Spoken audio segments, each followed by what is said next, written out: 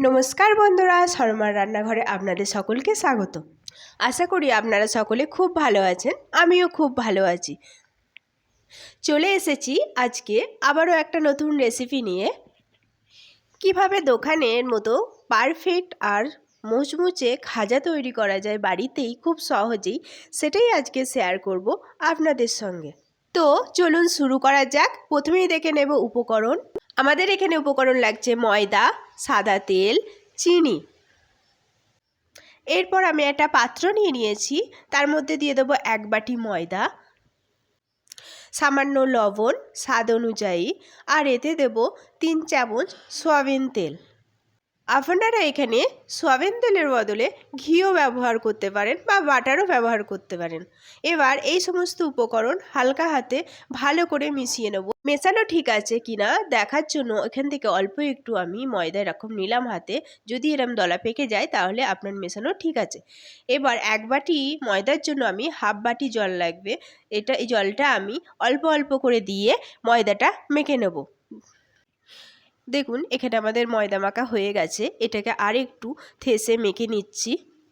মেখে সুন্দর একটা ডো তৈরি করে নেব। দেখুন আমার ডো রেডি হয়ে গেছে। এবার এর ওপর দিয়ে সামান্য একটু হালকা করে সাদা তেল মাখিয়ে দেব। দিয়ে এটা থালা চাপা দিয়ে 20 মিনিট রেস্টে রাখবো। পরবর্তী স্টেপে আমি এখানে একটা প্যান নিয়ে নিয়েছি, তার মধ্যে দেব 1 কাপ চিনি। 1 কাপ চিনির জন্য আমি দেব হাফ কাপ জল। এবার নেড়ে নেড়ে আমি খাজার রস করে নেব। তবে এই রসটা খুব পাতলাও হবে না আর খুব মোটাও হবে না, সামান্য হাতে একটু চিটচিট করে লাগলেই আমি এটা নামিয়ে নেব।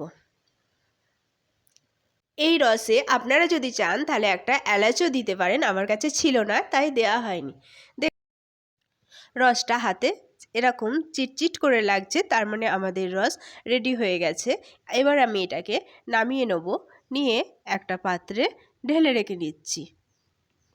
আপনারা যদি চান তাহলে এই রসটা থেকে যেন চিনি না হয়ে যায় তার জন্য একটু লেবুর রসও অ্যাড করতে পারেন। ফিরে আসছি 20 মিনিট পর।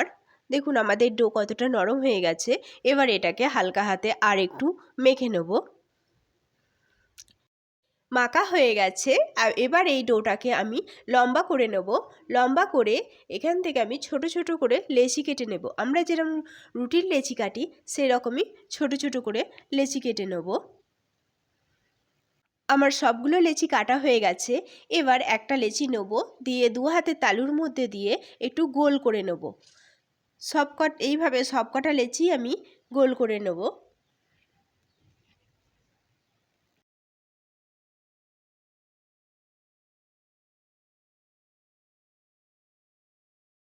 সবগুলো গোল করা হয়ে গেছে। এবার বেলার পালা। তার জন্য আমি কিচেন টেবিলটা একটু পরিষ্কার করে নিয়ে এখানে সামান্য ময়দা দিয়ে আর একটা লেচি নিয়ে এইভাবে একটু আটা দিয়ে চেপে চেপে তারপরে একটা বেলনা দিয়ে এরকম বেলে বেলে একটা রুটির মতো করে নেব। তবে খেয়াল রাখতে হবে এটা কিন্তু খুব পাতলা করে বেলতে হবে। যতটা পাতলা আপনি করতে পারবেন ততটাই ভালো। দেখুন এখানে আমার একটা রুটি করা হয়ে গেছে। এটাকে সাইডে রেখে দিয়ে আমি আবারও আর একটা রুটি করে নেব। সেম প্রসেসেই আমি এই রুটিটাও বেলে নিচ্ছি।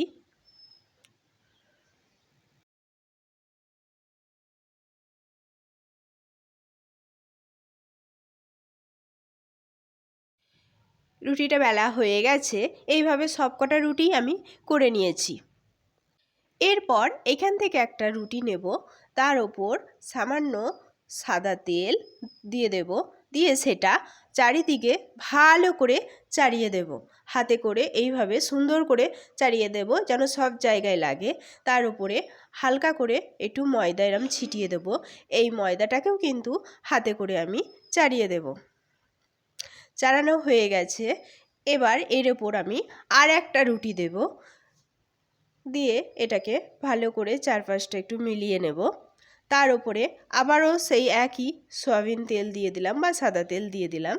এবার আবারও তেলটা আমি চারপাশে চাড়িয়ে দিলাম হাতে করে ভালো করে। দিয়ে তার উপরে হালকা করে আবার ময়দা দিয়ে ময়দাটাও ভালো করে চাড়িয়ে দিলাম। এই স্টেপটা কিন্তু একটু ধৈর্য ধরে করতে হবে।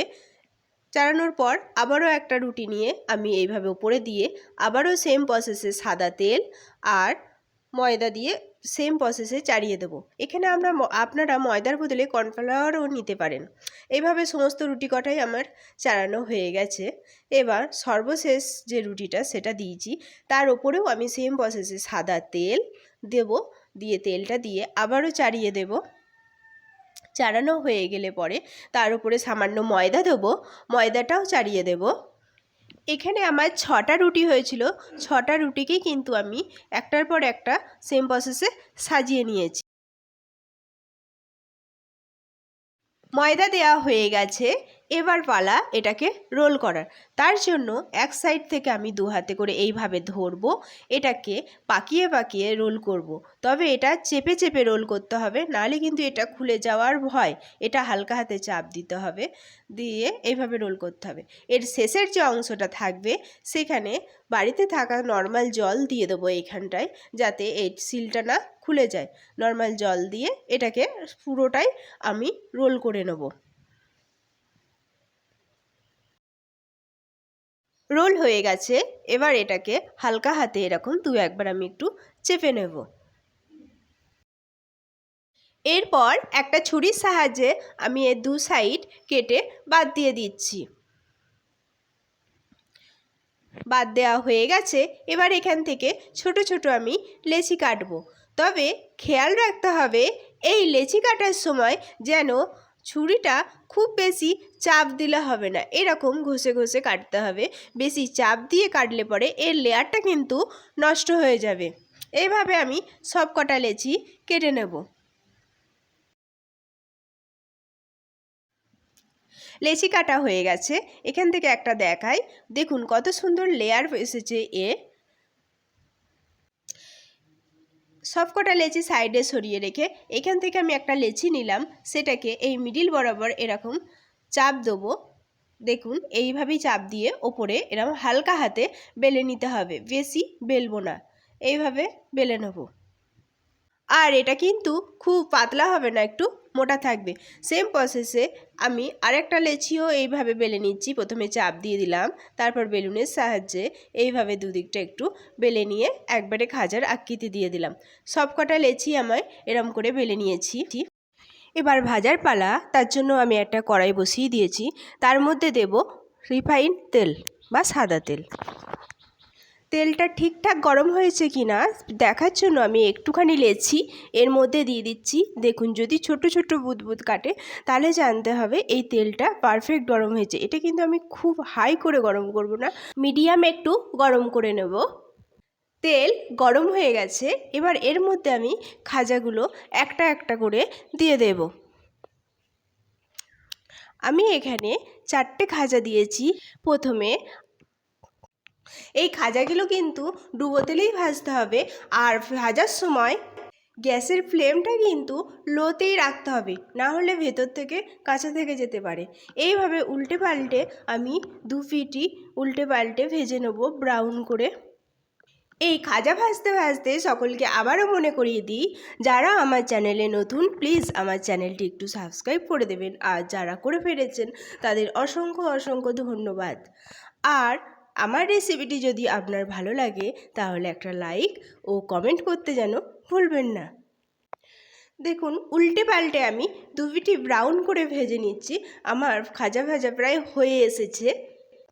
এই খাজা কিন্তু খেতে অসাধারণ। তাহলে এরপর থেকে আর কাউকে খাজা খাওয়ার জন্য দোকানে যেতে হবে না, বাড়িতেই বানিয়ে নিতে পারবেন। কথায় কথায় আমাদের খাজা ভাজা হয়ে গেছে, এবার এগুলোকে তেল থেকে তুলে নেব। দেখুন এর কত সুন্দর লেয়ার এসেছে, দেখেই বোঝা যাচ্ছে।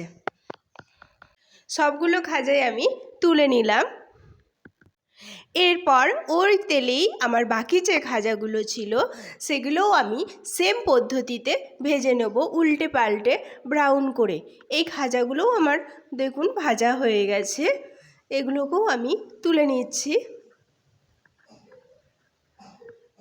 খাজা ভাজা কমপ্লিট, এবার রসে দেওয়ার পালা। চলে গেলাম রসের কাছে।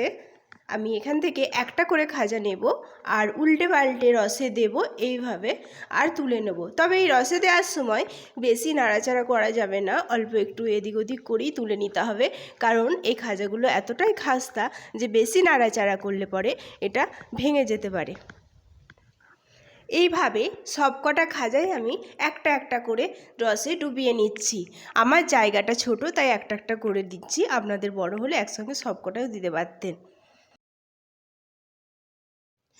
সব খাজাগুলোই আমি রসে ডুবিয়ে নিয়েছি। এবার পরিবেশনের পালা। তার জন্য আমি একটা প্লেটে খাজাগুলো সুন্দর করে সাজিয়ে নিয়েছি আর একটু ফুলের পাপড়ি দিয়ে ডেকোরেট করে নিয়েছি। দেখুন খাজাগুলো কত সুন্দর হয়েছে, আর এর একটা একটা লেয়ার সুন্দরভাবে দেখা যাচ্ছে, কত সুন্দর লেয়ার এসেছে, আর এটা খুব খাস্তাও হয়েছে। তাহলে খুব সহজেই খাজা তৈরি করে ফেলতে পারেন এবার আপনারা বাড়িতে। আজ এই পর্যন্তই, দেখা হবে আবার একটা ভিডিও নিয়ে। তো ততক্ষণ সবাই সুস্থ থাকবেন, ভালো থাকবেন। আপনাদের সকলকে অসংখ্য অসংখ্য ধন্যবাদ।